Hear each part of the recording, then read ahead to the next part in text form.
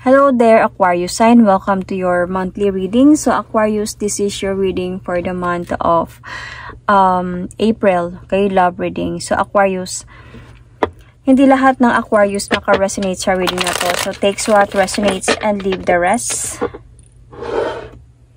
Wait lang, lipat ko lang to.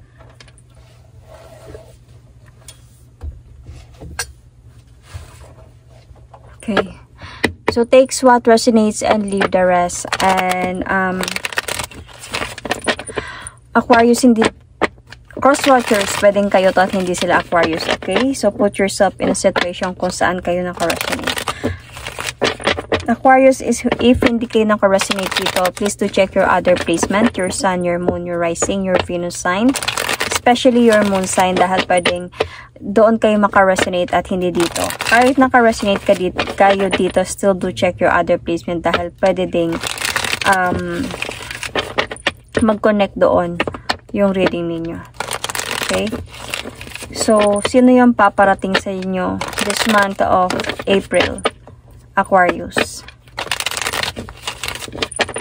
Sino yung paparating this month of April para sa mga Aquarius people?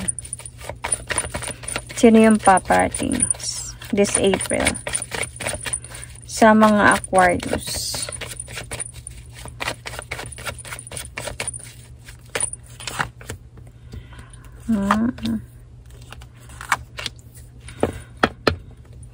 Somebody who is manifesting you into this person's life. He is manifesting you. Might be may plano talaga siya na mag-offer sa'yo ng new beginning, Aquarius, this person. Might be, this person will going to message you. Pwedeng you are still in a relationship with this person, yet nagkaroon lang kayo ng hindi pagkakaunawaan or gulo, or parang unresolved problem, away, could be. Because of another person. Siguro, ang feeling ko sa energy na to, bago lang pa kayo siguro na naghiwalay. Or pwedeng hindi totally cleared kung hiwalay na ba kayo or hindi. So, definitely you're still inside the relationship. Okay? So, babalik to siya. Nag-away kayo nito ng person na to. Nagkaroon kayo ng gulo, nag-away. Might be because of another person. Parang andun sa point na hindi na na-appreciate yung relationship, hindi na nakakatulog sa gabi, nag-aaway na palagi until sa point na umalis. So, nagiging imbalance na yung situation. So, this person will come back this month of April.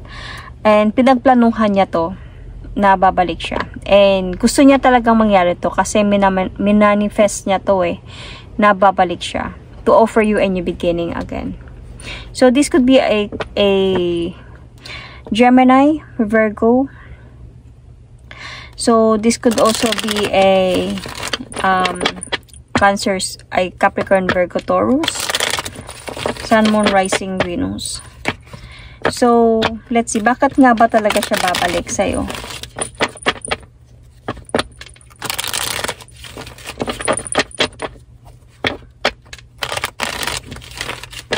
Bakit siya babalik, Aquarius? Siguro dahil may commitment kayo. And hindi pa naman kayo talaga totally na naghiwalay. Walang closure, kumbaga.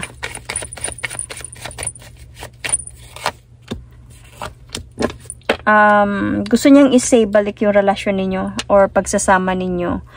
Hindi siya naka-move on from you. Nung time na hindi na kayo nag-uusap. Nung time na medyo meron ng cold situation sa inyo or you gave this person a silent treatment, tumahimik ka. So, merong regret sa kanya about what he did or about sa mga nangyaring problema sa inyo. Kaya, babalik siya to offer you again a new beginning, to move forward towards with you. Na maayos yung mga hindi nyo pagkakaunawaan at yung mga awayan ninyong dalawa. So, babalik siya kasi hindi siya nakakatulog sa gabi. Honestly. So, kaya gusto niya talaga ayusin to dahil hindi siya naka-move on from you. Masakit sa kanya yung mga nangyari sa inyo. Kaya, babalik siya dito. This could be an Aries, Sagittarius, Leo. Okay, so let's see. Ano yung gusto niyang sabihin sa'yo?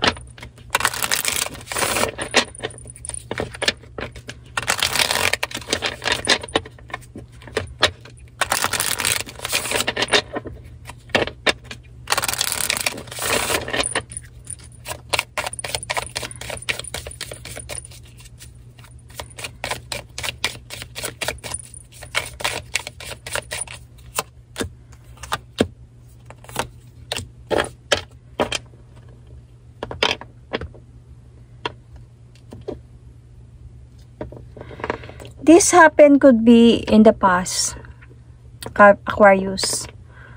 Siguro nangyari to noon. Ito, nung mga problema na meron kayo. Nagkaroon kayo ng relationship during those time na you both are very much immature, very much young. Ay, nangyari yon. Nagkaroon siguro kayo ng commitment or nagkaroon kayo ng responsibility ng person na to when you were very young. And then naghiwalay kayo because of another person, and those decision is kinda parang no closure, parang hindi totally sabihin natin na hiwalay. Siguro hindi na lang kayo nagkita or hindi na lang kayo nag-communicate, pero wala kayong totally hiwalay. Nagmahalan talaga kayo before. And then suddenly hindi siya naka-move on from you. He is like he is manifesting you to come back into his life. And nangako siya sa sarili niya, pinagplanuhan niya to ng maayos. Nangako siya sa sarili niya na hanapin ka niya. Kasi ito yung gusto niya sabihin sa'yo. You and I were too young. We will be together again. I am so attracted on you. So, sobrang gusto ka niya, hindi siya naka-move on from you. And nangako siya talaga sa sarili niya na gagawin niya to, hanapin ka niya at makipagbalikan talaga siya sa'yo no matter what. So, at makipag-ayos talaga siya sa'yo to move forward towards with you. Gusto niya talaga mangyari yun. And this time siguro nahanap ka niya when you were so different already, and sobrang na-attract siya sa'yo sa differences na meron sa'yo ngayon. Sa pagbabago ng itsura mo siguro, sa pananamit mo, everything from before, mas lalo siyang na-attract sa'yo. Mas lalo siyang nagandahan sa'yo. Something like that. So, let's see anong pwedeng mangyari dito.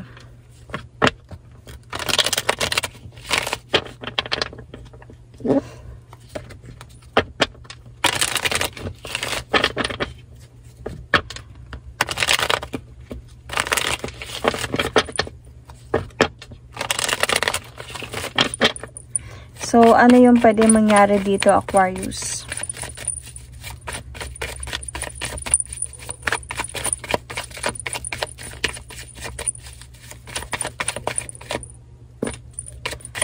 Decision.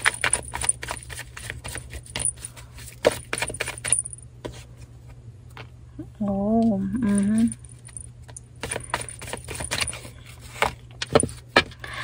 So, Aquarius, feeling ko merong connection talaga sa inyong dalawa dito. Divine connection.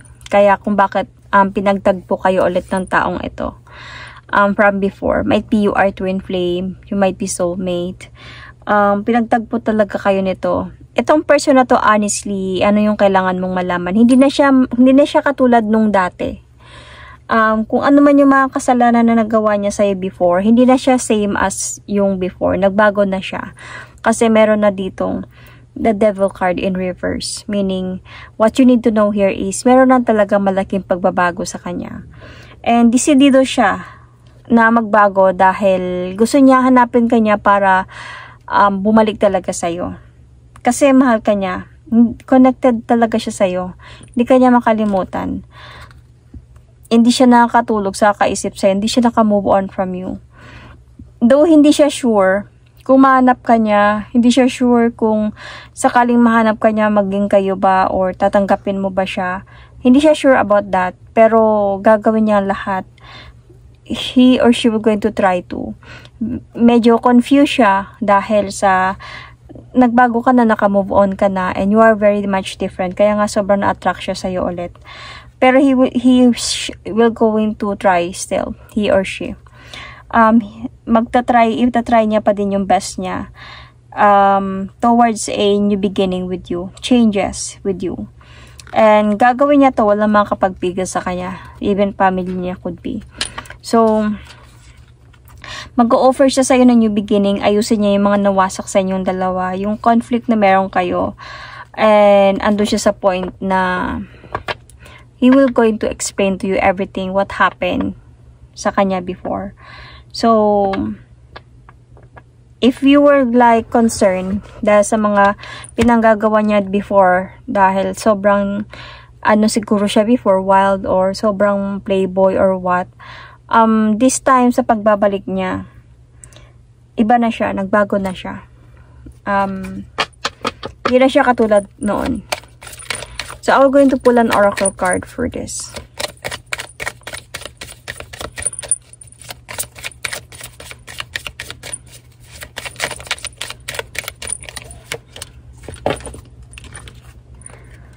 Okay, one thing that is, wait lang. Hindi ko talaga mabasa.